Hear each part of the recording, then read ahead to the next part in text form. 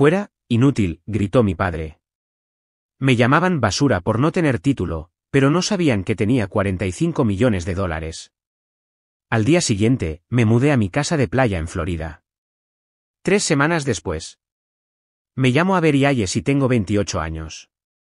Una noche lluviosa, mi padre me gritó, fuera de aquí, y arrojó mis pertenencias al jardín delantero. Dormí en mi coche, sollozando hasta el amanecer.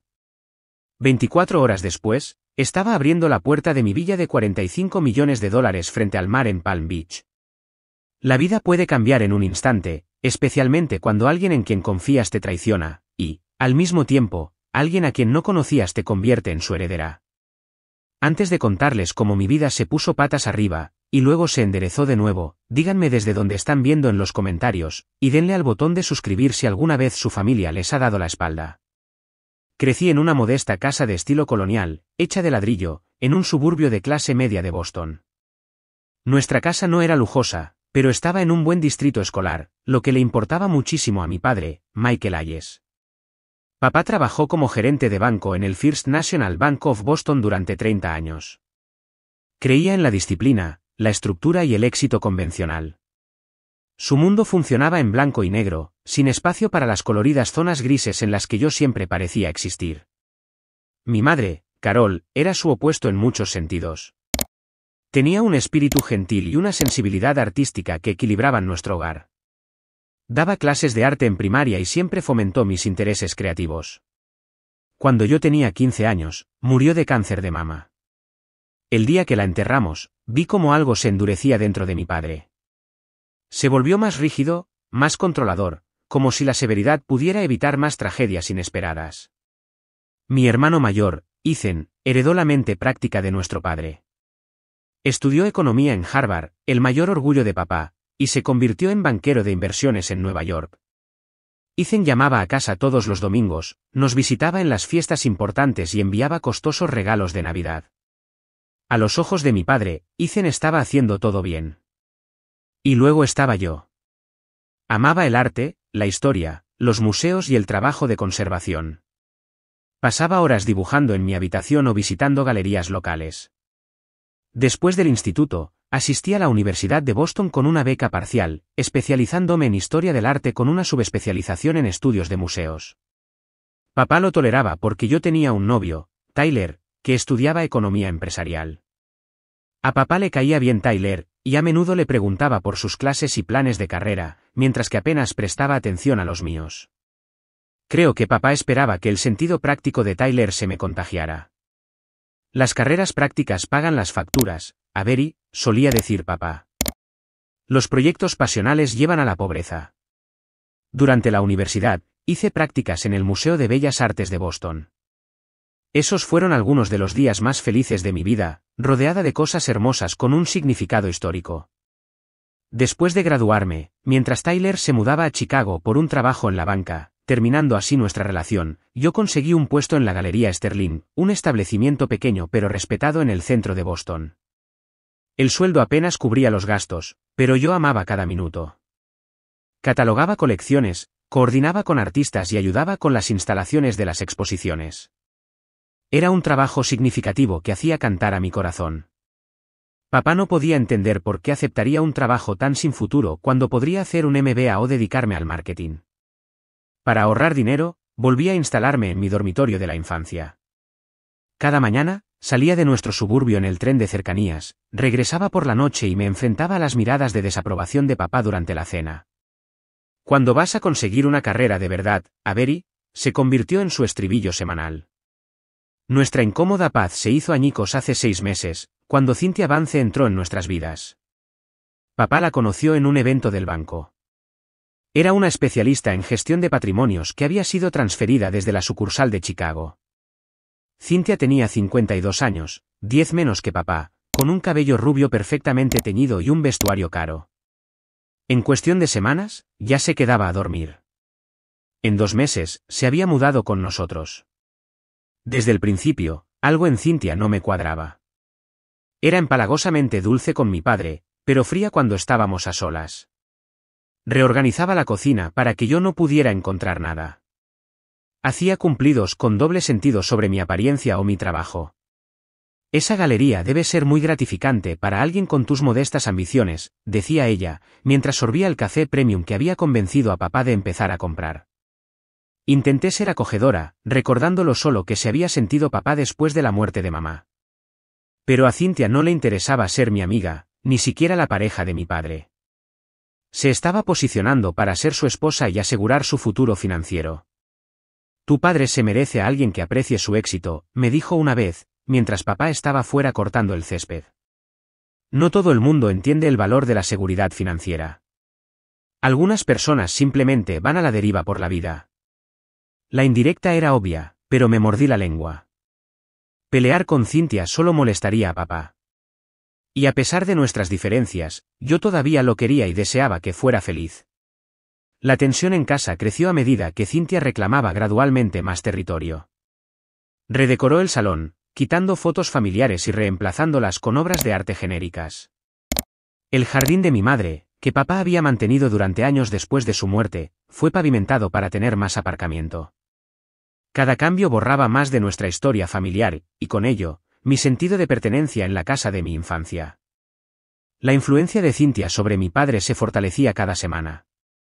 Papá empezó a criticar aspectos de mi vida que antes había aceptado. Mi dieta vegetariana de repente se convirtió en un inconveniente para las comidas familiares. Mis horarios en la galería eran irresponsables. Mis pocas compras de arte eran un gasto derrochador. Una tarde, llegué a casa temprano y escuché a Cynthia en la cocina. Michael, estoy preocupada por Avery, dijo con ese tono de preocupación que me ponía la piel de gallina. Vivir en casa a su edad no es sano. Se está volviendo demasiado dependiente de ti. Está ahorrando dinero, respondió papá, aunque sonaba inseguro. ¿De verdad? Nunca la veo contribuir a los gastos de la casa. Y ese trabajo, es más un pasatiempo que una carrera. Le estás permitiendo evitar las responsabilidades de un adulto. Me quedé helada en el pasillo, con la sangre subiéndome a la cara. La audacia de esta mujer, que me conocía desde hacía meses, diciéndole a mi padre quién era yo, después de que él me hubiera criado durante 28 años. Más tarde esa semana, recibí una notificación sobre una pequeña herencia. Mi abuela materna nos había dejado a cada nieto $10,000 en un fideicomiso que vencía en nuestro 28º cumpleaños. Estaba emocionada por usarlo para, finalmente, conseguir mi propio lugar o quizás tomar algunos cursos de desarrollo profesional en autenticación de arte. De alguna manera, Cynthia se enteró. Durante la cena de esa noche, dijo, Avery, ahora que has recibido esa ganancia inesperada de tu abuela, tu padre y yo creemos que es apropiado que empieces a contribuir a los gastos de la casa. Estamos pensando que $800 al mes sería justo. Papá asintió, sin mirarme a los ojos. Me quedé atónita. Papá, pensaba ahorrar ese dinero para... Eres una adulta viviendo en esta casa, me interrumpió. Los adultos pagan lo suyo. Acepté a regañadientes, aunque significaba que mi independencia se retrasaría aún más. Al día siguiente, extendí mi primer cheque a nombre de Michael Hayes y lo dejé en la encimera de la cocina. Una semana después, llegué a casa temprano del trabajo con una migraña y encontré a Cynthia en mi dormitorio, revisando los cajones de mi cómoda. ¿Qué estás haciendo?, le pregunté. Ni siquiera pareció avergonzada. Solo organizando. Esta casa necesita sistemas. Mi habitación no necesita tus sistemas, dije, tratando de mantener la voz serena. Por favor, no entres aquí cuando no estoy en casa. Los ojos de Cynthia se entrecerraron. Esta es la casa de Michael. Cada habitación es asunto nuestro. Esa noche, le dijo a papá que yo había sido increíblemente irrespetuosa con ella. Él me sermoneó sobre tratar a Cynthia con aprecio por todo lo que hace por aquí. La situación se deterioró aún más cuando noté que faltaban algunas de las joyas de mamá de su antiguo joyero, que papá me había dado después de su muerte. Un collar de perlas, una pulsera de plata y sus pendientes favoritos. Habían desaparecido.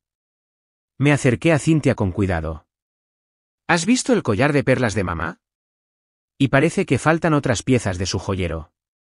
El rostro de Cynthia se transformó en una máscara de preocupación. Oh, cariño, tu padre me las dio.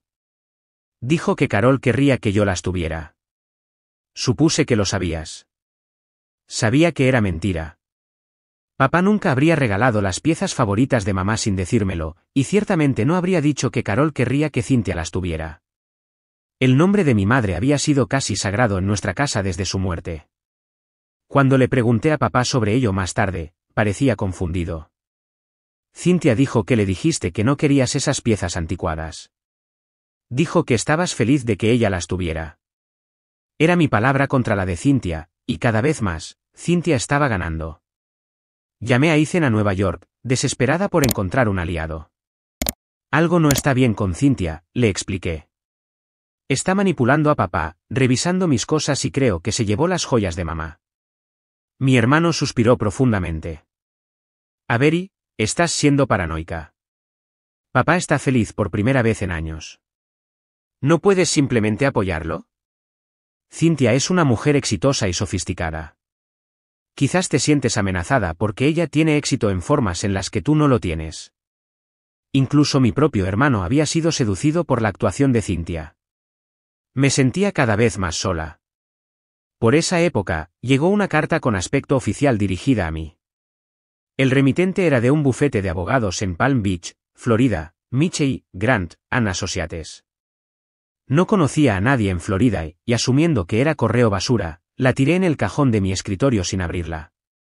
A medida que aumentaba la tensión en casa, empecé a quedarme hasta más tarde en la galería y a pasar los fines de semana con mi amiga Jessica, haciendo cualquier cosa para evitar el ambiente tóxico.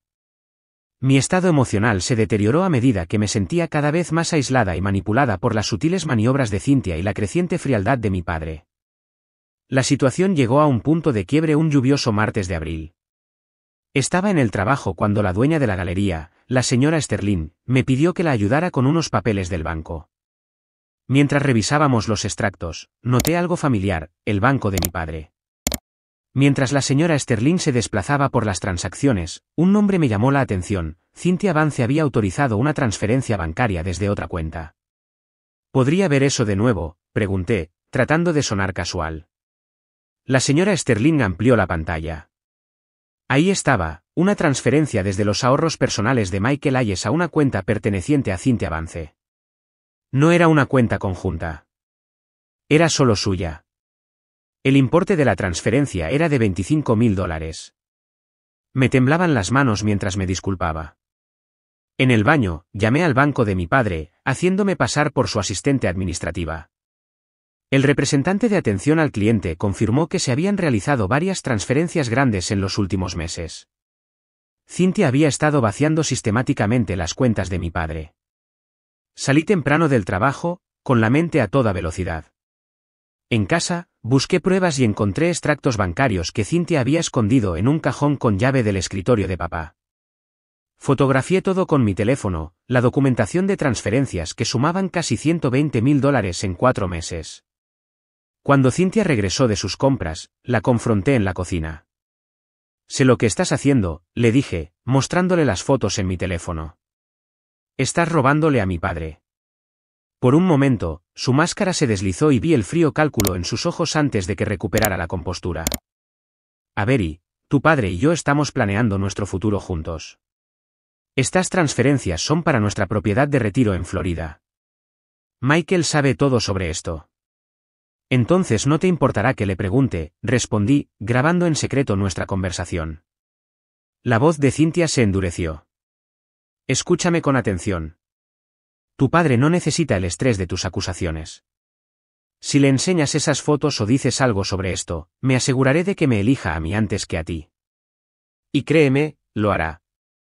Él merece saber la verdad. La verdad, Cynthia se rió fríamente.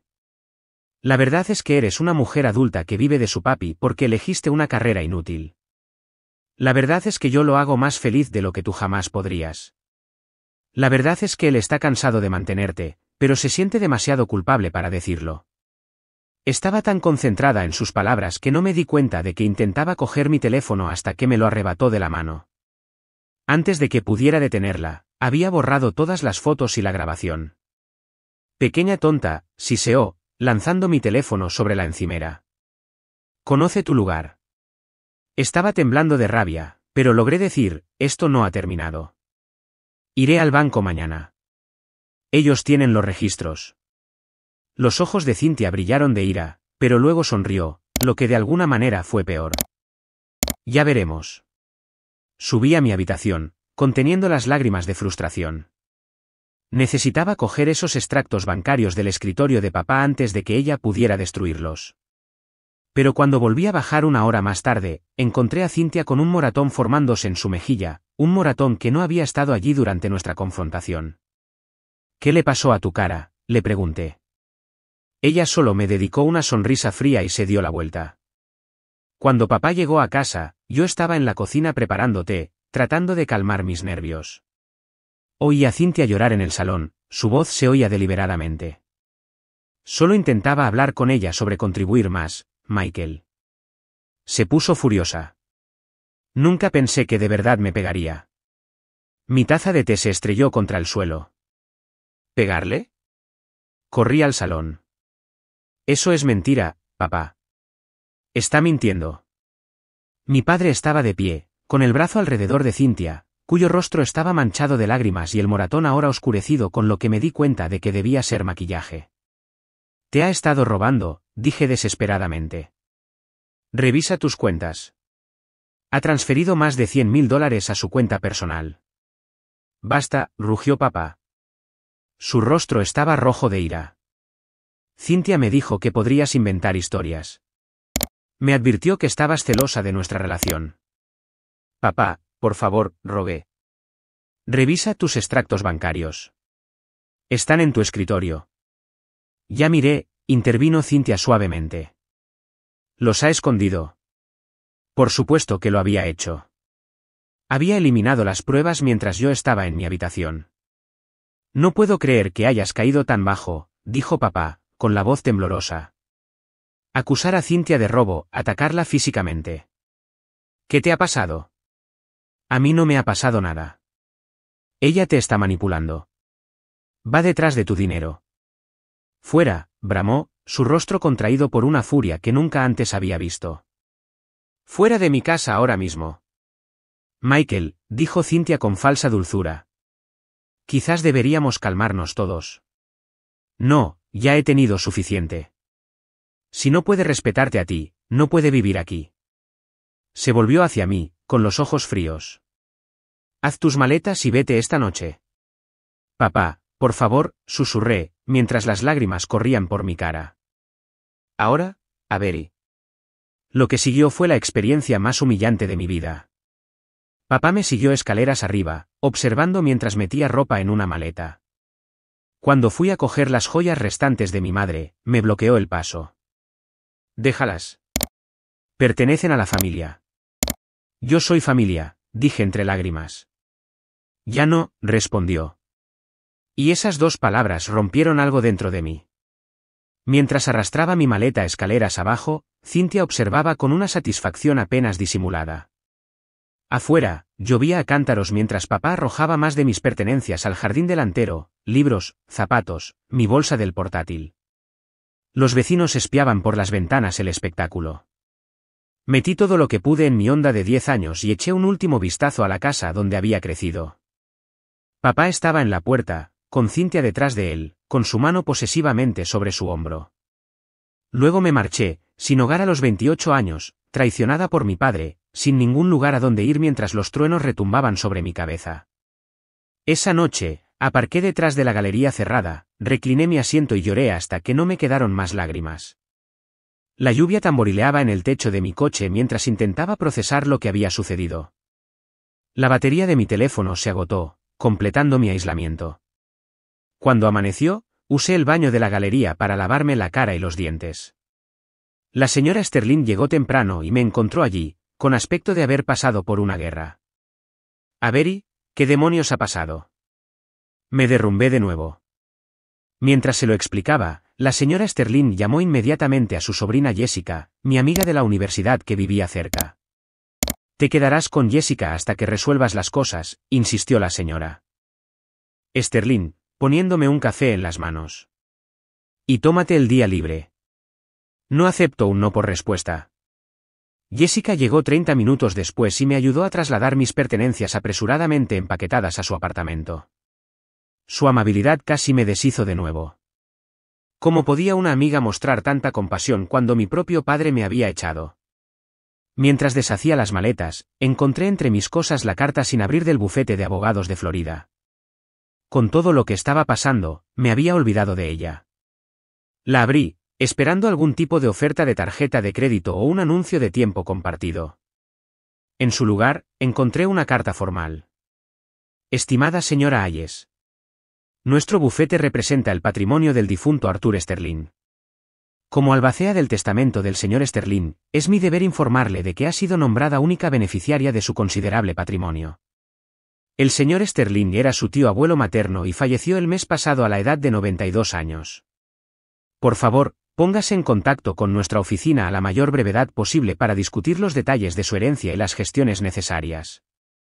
Atentamente. David Mitchell. Miré la carta con incredulidad. Un tío abuelo.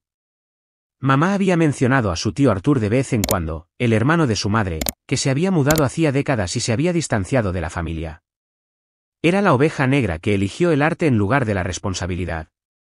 Según la tradición familiar, mamá siempre hablaba de él con un toque de admiración, a pesar de no haberlo conocido nunca de adulta. Con manos temblorosas, llamé al número que figuraba en el membrete. Mitchell, Grant, Ann Associates, respondió una recepcionista. Soy Avery Hayes. He recibido una carta sobre el patrimonio de Arthur Sterling. En segundos, me pasaron con el propio David Mitchell. Señorita Hayes, gracias por llamar. He estado intentando localizarla. ¿Sería posible que viniera a Florida para discutir la herencia en persona? Hay documentos que firmar y asuntos que sería mejor tratar cara a cara. Yo, no estoy segura de poder permitirme un viaje a Florida ahora mismo, admití, con la vergüenza que mandóme las mejillas. Eso no será un problema, respondió el señor Mitchell con suavidad. El patrimonio cubrirá todos los gastos de viaje. De hecho, el señor Sterling hizo provisiones específicas para esto. ¿Sería mañana demasiado pronto?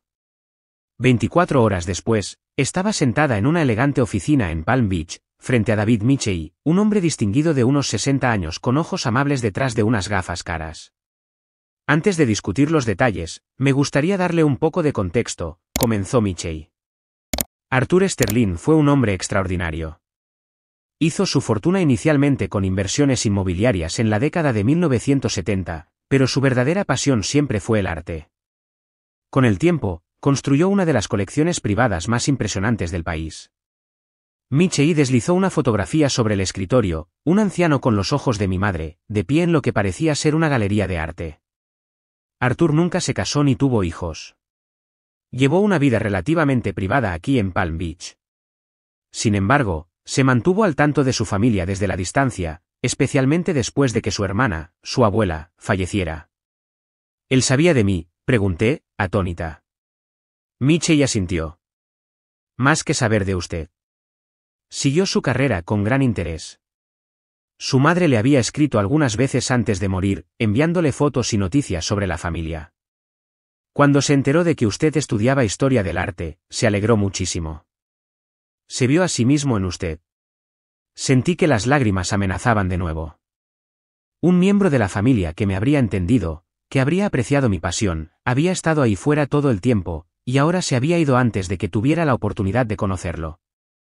Arthur hizo que unos investigadores la siguieran discretamente de forma periódica. Sabía de su puesto en la galería, de su dedicación a la conservación del arte. Quedó particularmente impresionado cuando supo que eligió ese camino a pesar de la presión familiar para que se dedicara a algo más convencionalmente exitoso.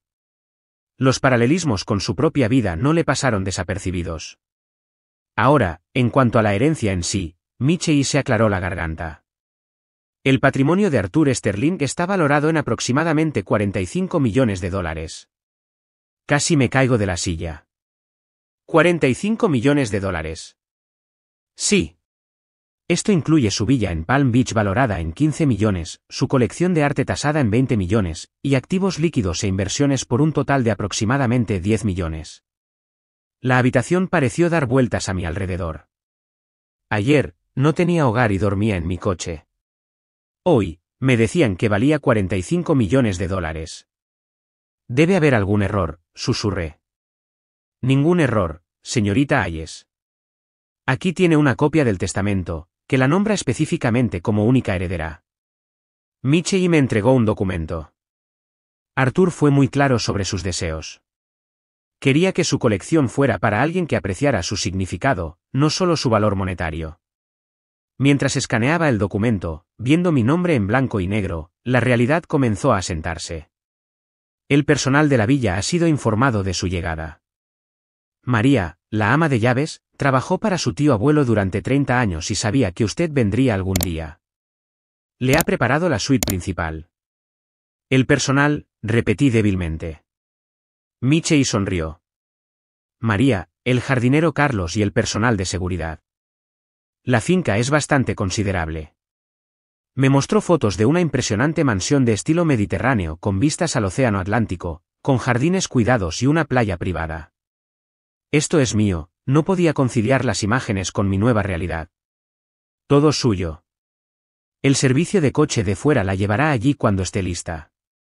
He preparado tarjetas y cuentas temporales para sus necesidades inmediatas hasta que podamos completar el papeleo necesario.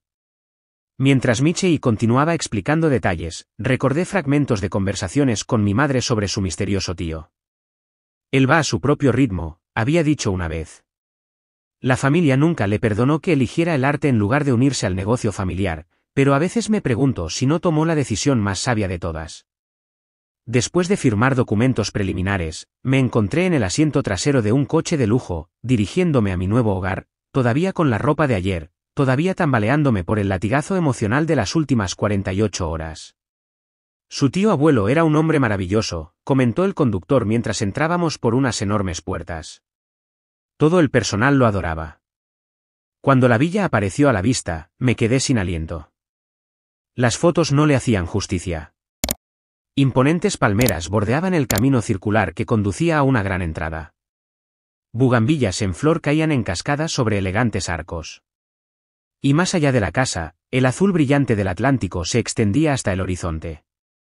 En la entrada había una mujer mayor con el pelo oscuro veteado de plata y una cálida sonrisa. Bienvenida a casa, señorita Hayes, dijo mientras salía del coche. Soy María. Su tío Arthur hablaba a menudo de usted. Estaría encantado de que estuviera aquí. Y por primera vez desde que mi padre gritó esas devastadoras palabras, fuera de aquí, sentí que podría haber encontrado un lugar al que pertenecía. Las enormes puertas de entrada se abrían a un vestíbulo altísimo con un candelabro de cristal y suelos de mármol. La luz del sol entraba a raudales por altos ventanales, iluminando obras de arte que me dejaron sin aliento, piezas originales de maestros que solo había visto en museos. «¿Es eso un Monet?», susurré, deteniéndome ante un luminoso paisaje. María asintió. Su tío lo adquirió en los años 80. Siempre decía que era su sol de la mañana, sin importar el tiempo que hiciera fuera. Me dio un recorrido que me dejó sin palabras. La villa tenía 8 dormitorios, 11 baños, una biblioteca con estanterías del suelo al techo, un comedor formal con capacidad para 20 personas y una cocina profesional donde Arthur había empleado a un chef a tiempo parcial para ocasiones especiales. Antonio viene 3 veces por semana, explicó María, pero le he pedido que le dé unos días para instalarse antes de conocerlo. Hay mucha comida preparada en el refrigerador. La suite principal ocupaba toda el ala este del segundo piso, con una terraza privada con vistas al océano. El armario era más grande que mi dormitorio en casa de papá, y el baño contaba con una ducha de mármol y una bañera de inmersión situada frente a una ventana con vistas al mar. ¿Esta era la habitación de Arthur?, pregunté, pasando la mano por la colcha de seda. No, señorita. Las habitaciones de su tío están en el ala oeste. Esta suite siempre se mantuvo preparada para usted. ¿Para mí? Pero si nunca me conoció. Los ojos de María se suavizaron. Él siempre esperó que viniera a visitarlo algún día. Hizo rediseñar la suite hace 5 años, cuando se enteró de su interés por la historia del arte. Dijo, mi sobrina necesitará un lugar adecuado para quedarse cuando finalmente vuelva a casa. Sentí un nudo en la garganta. Este hombre, que compartía mi sangre y mi pasión, había preparado un lugar para mí mientras yo luchaba por sentirme bienvenida en la casa de mi propio padre. El recorrido continuó hasta el corazón de la finca, la Galería de Arte. Un salón de baile reconvertido albergaba ahora las posesiones más preciadas de Artur, exhibidas con iluminación y climatización de calidad de museo. Su tío adquiría piezas que le hablaban, no solo por inversión, explicó María mientras yo me movía con reverencia entre esculturas, pinturas y artefactos que abarcaban siglos y continentes. Contra una pared había una vitrina de cristal que contenía cerámica griega antigua. Cerca colgaban bocetos del Renacimiento, pinturas impresionistas y obras contemporáneas dispuestas en una reflexiva conversación entre sí. Guardaba diarios detallados sobre cada adquisición, dijo María, señalando unos libros encuadernados en cuero sobre una mesa de lectura.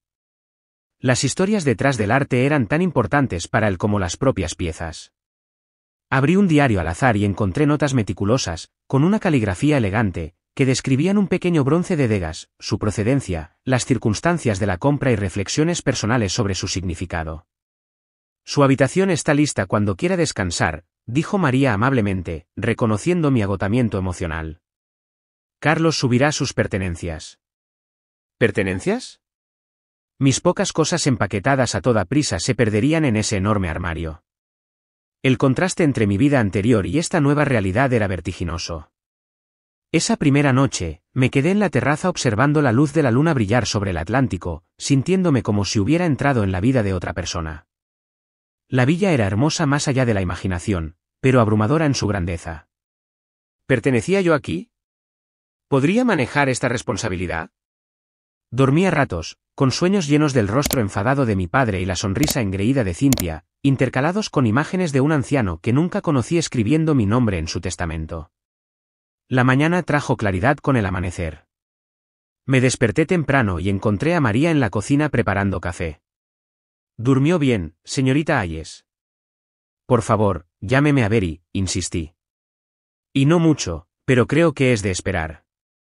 Durante el desayuno en la terraza, María compartió historias sobre Artur que me ayudaron a formarme una imagen del tío abuelo que nunca conocí. Era reservado pero amable, generoso con su personal y con organizaciones artísticas, pero desconfiado de la gente que quería su dinero o sus conexiones sociales. Tenía un sentido del humor seco y leía 3 periódicos cada mañana. ¿Por qué se mantuvo alejado de la familia?, pregunté. María consideró sus palabras con cuidado. Su tío tomó decisiones que su familia no podía entender. Valoraba la belleza y el significado por encima de la seguridad y la convención. Cuando rechazaron su camino, construyó su propia vida. Pero nunca dejó de preocuparse por su sangre, especialmente por su madre. Guardó cada carta que ella le envió. Más tarde esa mañana, exploré el estudio personal de Artur, un espacio cálido con sillas de cuero y paredes de libros. En su escritorio, encontré un archivo etiquetado como Carol que contenía cartas de mi madre de varias décadas, la última fechada solo unos meses antes de su muerte. En ellas, compartía noticias familiares, incluyendo menciones sobre mí, mis proyectos de arte de niña, mi decisión de estudiar historia del arte, mi graduación. También descubrí una carpeta separada marcada como Avery, con recortes de periódico de exposiciones de arte estudiantiles en las que había participado, una copia de mi tesis universitaria e incluso un folleto de la Galería Sterling con mi nombre en la lista del personal. Había estado observando mi viaje todo el tiempo, este guardián en la sombra que nunca supe que existía. En los días siguientes, comencé a aventurarme más allá de la finca. Palm Beach era un mundo aparte de Boston, playas vírgenes, palmeras meciéndose y una riqueza exhibida por todas partes. Visité galerías y museos locales, presentándome simplemente como Avery, nueva en la zona, sin estar lista para reclamar mi estatus como heredera de Artur Sterling. En el Museo de Arte Norton, conocí a Lauren Shaw, la curadora de colecciones modernas, que se convirtió en mi primera amiga local después de que conectáramos durante una discusión sobre su exposición de Georgia OKF. «Realmente sabes de lo que hablas», comentó. «¿Trabajas en el campo?» «Lo hacía, en una pequeña galería en Boston», respondí, todavía hablando en pasado, todavía ajustándome a mi nueva realidad. «Deberíamos tomar un café alguna vez. La comunidad artística aquí es más pequeña de lo que piensas, y siempre es agradable conocer a alguien que habla el idioma». Esa invitación casual se convirtió en mi primer paso para construir un nuevo círculo social, uno basado en intereses compartidos en lugar de obligación o historia. A medida que abril se convertía en mayo, me instalé en una rutina. Las mañanas las pasaba con los diarios de Arthur, aprendiendo sobre la colección que había heredado. Las tardes a menudo implicaban reuniones con David Mitchell sobre el patrimonio o explorar las atracciones culturales de Palm Beach. Las noches eran para la reflexión tranquila en la terraza, planeando mi futuro. Me uní a la Sociedad de Conservación de Palm Beach, un grupo dedicado a proteger la arquitectura histórica y los lugares de interés cultural de la zona. En mi primera reunión, conocí a Mark Peterson, el presidente de la sociedad, que había conocido a Arthur. El señor Sterling fue uno de nuestros patrocinadores más dedicados, me dijo. Su contribución anual financiaba nuestros programas educativos para las escuelas locales. Cuando mencioné que era la sobrina nieta de Arthur, la noticia se extendió rápidamente por la unida comunidad cultural de Palm Beach. De repente, llegaron invitaciones para inauguraciones de galerías, galas benéficas y visitas privadas. La misteriosa heredera era un tema de curiosidad. El Palm Beach Post publicó un pequeño artículo, El patrimonio Sterling pasa a manos de una sobrina historiadora del arte, que afortunadamente incluía mínimos detalles personales. Aún así, comencé a recibir llamadas de gestores de patrimonio, casas de subastas y organizaciones benéficas que buscaban mi patrocinio. David Mitchell me ayudó a navegar estas nuevas aguas, aconsejándome sobre qué invitaciones aceptar y cuáles rechazar educadamente. Su tío abuelo era selectivo con sus apariciones públicas, me aconsejó. No necesita estar en todas partes solo porque pueda. A medida que ganaba confianza, una idea comenzó a formarse, una manera de honrar el legado de Arthur mientras creaba algo significativo por mi cuenta. Establecería una fundación de arte que apoyara a artistas emergentes y proporcionara oportunidades educativas para estudiantes desfavorecidos. La Fundación Sterling Hayes combinaría los recursos de mi tío abuelo con mi pasión por hacer el arte accesible para todos. La semilla de este plan me dio un propósito más allá de simplemente existir en mi recién descubierta opulencia. Por primera vez desde que me echaron de la casa de mi infancia, me sentí emocionada por el futuro, lista para construir algo duradero a partir del inesperado regalo que me habían dado. 3 meses después de mudarme a la villa, ya me había adaptado a mi nueva vida. La Fundación Sterling Hayes estaba tomando forma con la ayuda de un equipo de profesionales del arte y expertos en organizaciones sin ánimo de lucro. Había convertido un ala de la villa en oficinas de la fundación y planeaba abrir salas seleccionadas de la colección para pequeñas visitas educativas. Había mantenido deliberadamente mi distancia de Boston, sin contactar a mi padre ni a mi hermano. La herida aún estaba demasiado abierta, la traición demasiado fresca. Había cambiado mi número de teléfono y solo había compartido mi nueva información de contacto con Jessica y la señora Sterling, haciéndoles jurar que guardarían el secreto. Pero el pasado tiene una forma de alcanzarte, sin importar cuán lejos corras. Un martes por la tarde, mientras revisaba los planos arquitectónicos para convertir la casa de la piscina en un pequeño espacio de galería, mi teléfono sonó con el nombre de Jessica en la pantalla. Avery, pensé que deberías saberlo. Tu hermano me llamó, buscándote. Se me encogió el estómago. ¿Qué quería? Dijo que ha estado intentando contactarte. Al parecer, hubo un artículo en una revista de arte que mencionaba la Fundación Sterling Hayes y te conectaba con el patrimonio Sterling en Palm Beach. Ethan ató cabos y ha estado tratando de encontrarte. Adiós a la privacidad. ¿Le dijiste algo? Solo que estabas bien. No le di tu número ni tu dirección. Hizo una pausa. Sonaba genuinamente preocupado, Avery. Le agradecí la advertencia y terminé la llamada, sabiendo que era solo cuestión de tiempo antes de que Ethan me encontrara. Efectivamente, esa noche, mi asistente me reenvió un correo electrónico suyo que había llegado a través del nuevo sitio web de la fundación. Avery. He estado muy preocupado por ti. Papá dijo que te fuiste después de una pelea, pero no tenía idea de que habías desaparecido por completo. Por favor, llámame. Necesitamos hablar. Ethan. Ni una mención a su desdén por mis preocupaciones sobre Cynthia. Ningún reconocimiento de cómo se había puesto de su lado. Solo un necesitamos hablar, como si le debiera mi tiempo después de que no me hubiera apoyado cuando más lo necesitaba. Escribí y borré una docena de respuestas antes de decidirme por una breve contestación. Estoy bien. No necesito nada.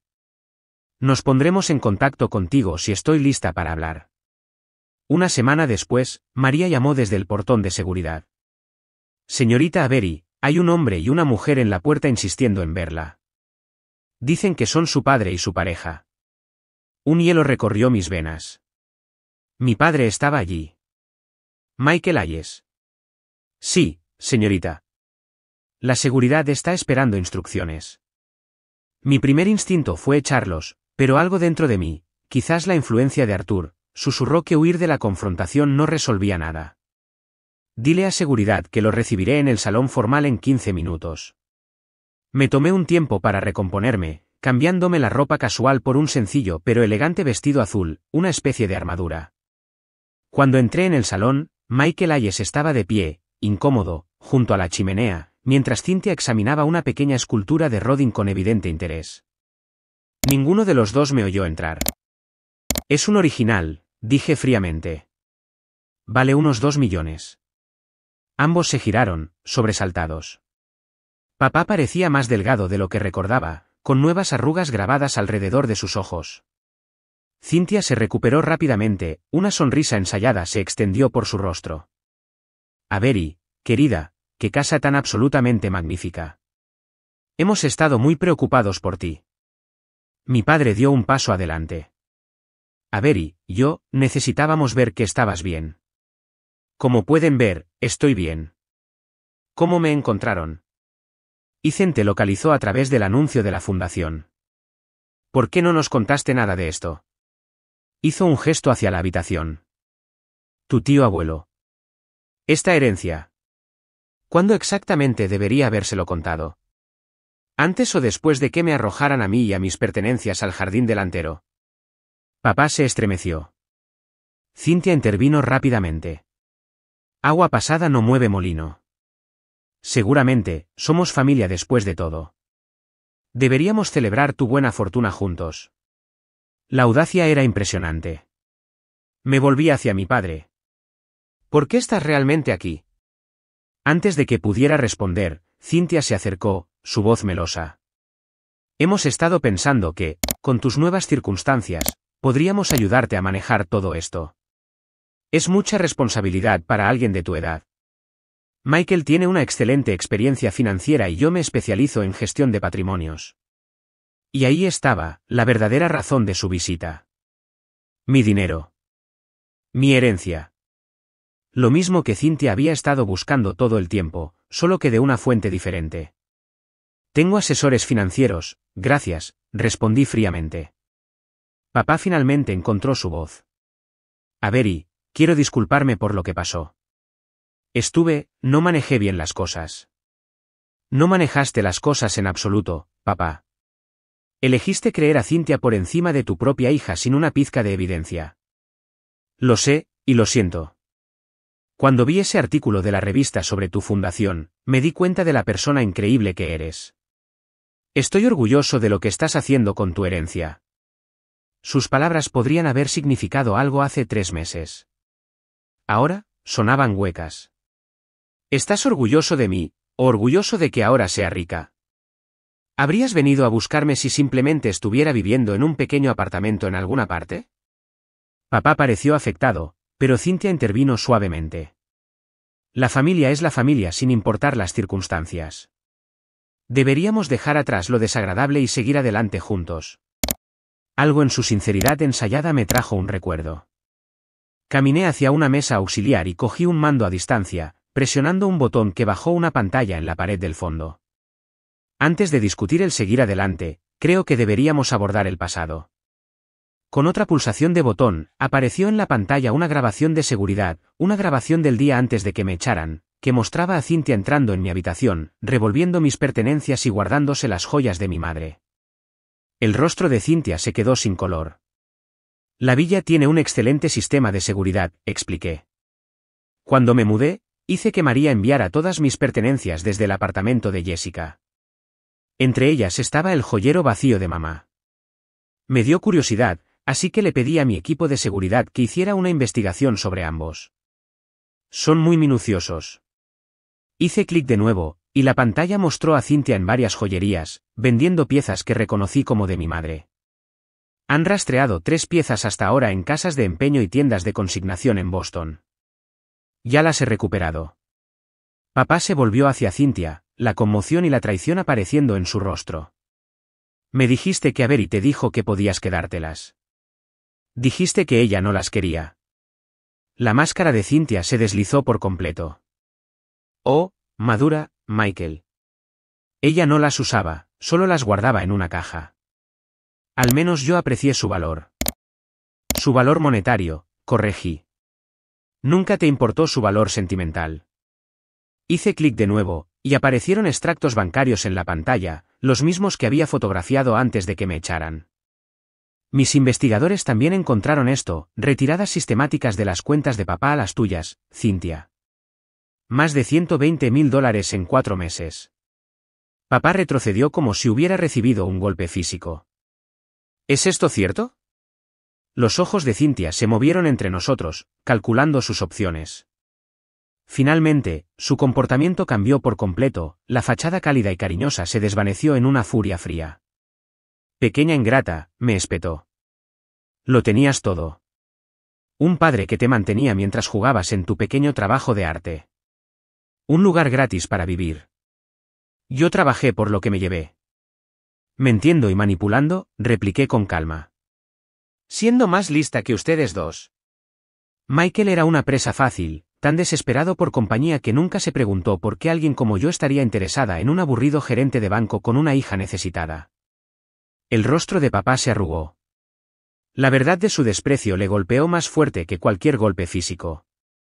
La seguridad te acompañará a la salida, Cynthia, dije, presionando un botón en el teléfono de la casa. La policía de Boston ha sido notificada sobre el robo y el fraude. Se pondrán en contacto contigo. No puedes probar nada, gruñó. Ya lo he hecho.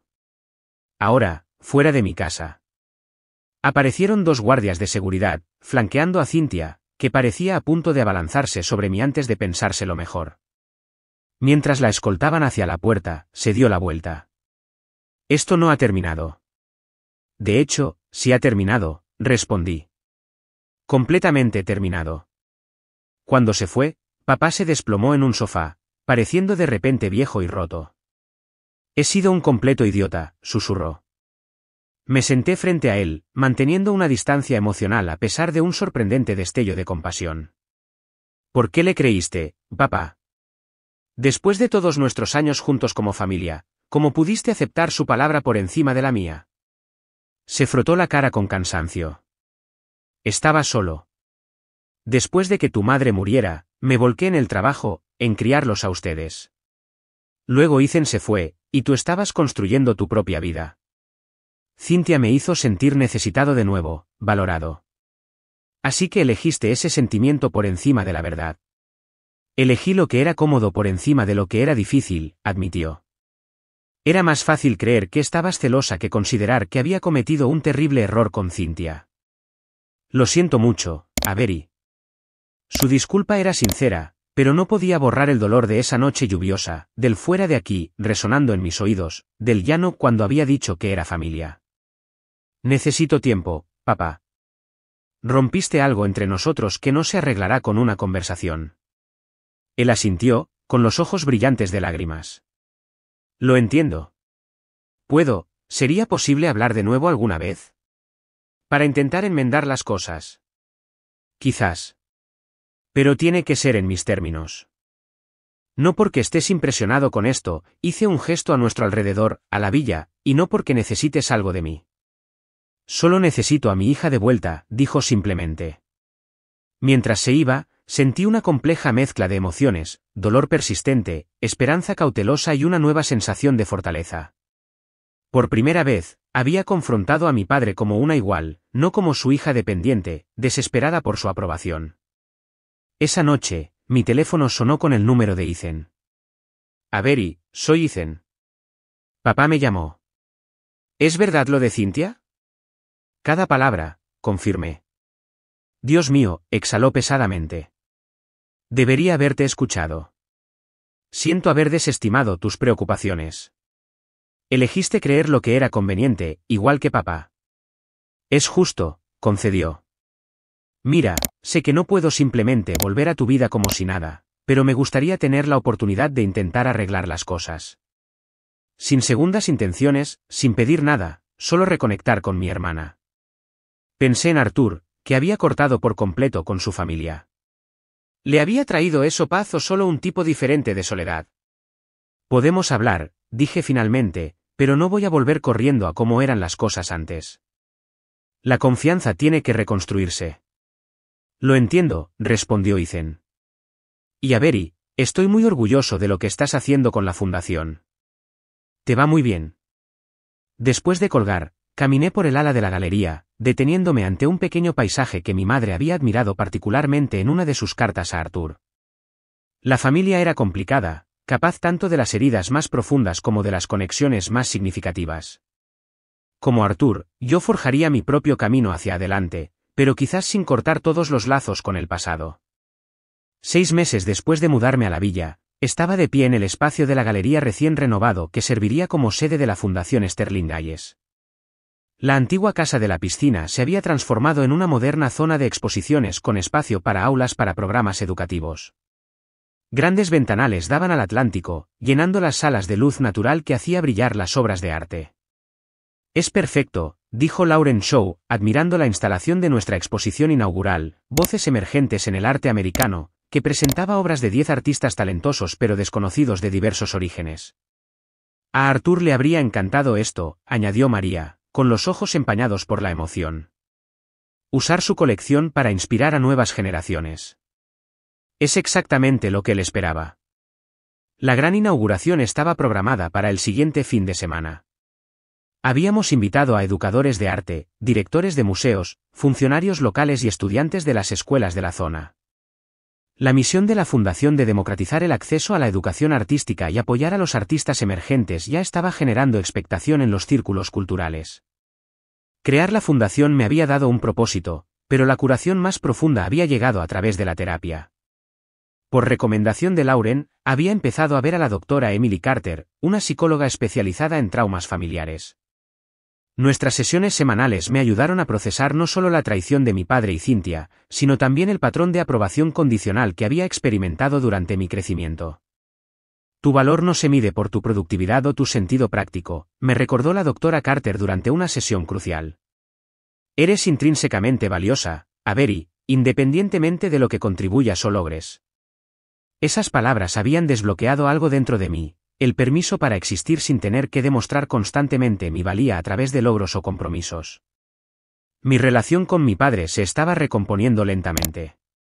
Habíamos pasado de torpes llamadas telefónicas mensuales a visitas ocasionales. Michael había vendido la casa de Boston, demasiados recuerdos dolorosos, dijo, y se había mudado a un pequeño condominio más cerca de la ciudad. Él también estaba viendo a un terapeuta, trabajando en sus propios patrones y en el duelo que lo había llevado a ser vulnerable a alguien como Cynthia. Durante su última visita, habíamos caminado por la playa mientras se ponía el sol, hablando más abiertamente que en años. Siempre pensé que te estaba protegiendo al empujarte hacia una carrera práctica, admitió. Tenía pánico de que tuvieras dificultades económicas como mis padres. Pero nunca vi cómo tu pasión por el arte te llenaba de una manera que el dinero nunca podría. Y yo nunca entendí lo aterrador que debió ser criar a 2 hijos sola después de la muerte de mamá, respondí. Ambos hicimos lo mejor que pudimos con lo que sabíamos en ese momento. Mi relación con Ethan también había mejorado. Había volado varias veces, ayudando con los aspectos legales de la creación de la fundación. Durante sus visitas, vi destellos del hermano del que había sido cercana de niña, antes de que la ambición y las expectativas de papá crearan distancia entre nosotros. Cynthia había enfrentado las consecuencias de sus actos. Las pruebas que había reunido habían llevado a cargos de robo y fraude. Finalmente, aceptó un acuerdo de culpabilidad en lugar de arriesgarse a un juicio, lo que resultó en libertad condicional, pagos de restitución y servicio comunitario. El proceso legal había revelado patrones similares con parejas anteriores. Era una estafadora experimentada que se dirigía a hombres solitarios y financieramente estables. Más significativo que estos desarrollos externos fue mi viaje interno. Estaba aprendiendo a confiar en mis instintos, a valorar mis perspectivas y a establecer límites saludables. Ya no sentía la necesidad de justificar mi existencia o defender mis pasiones. También había comenzado a salir de nuevo, con cautela. Caleb Ford era un conservacionista arquitectónico que había conocido a través de la Sociedad de Conservación de Palm Beach. A diferencia de Tyler de la universidad, que había sido la idea de mi padre de una pareja adecuada, Caleb compartía mi aprecio por la historia y la belleza. Entendía el valor de preservar el pasado mientras se creaba espacio para nuevas voces. Nuestra relación se estaba desarrollando lentamente, construida sobre el respeto mutuo en lugar de la necesidad o la conveniencia.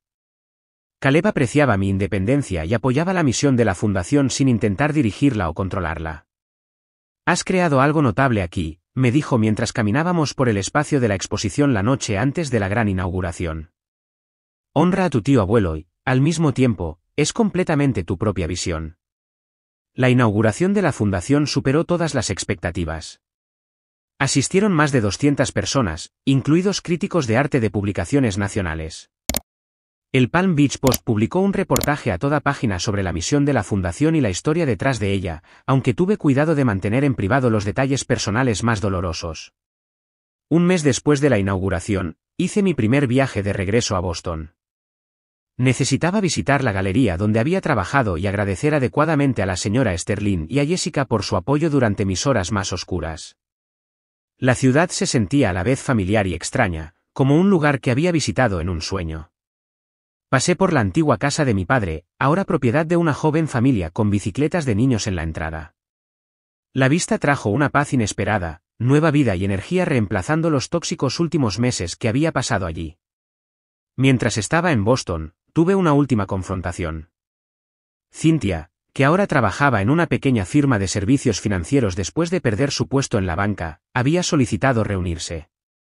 En contra del consejo de Caleb, acepté, eligiendo una cafetería pública como lugar.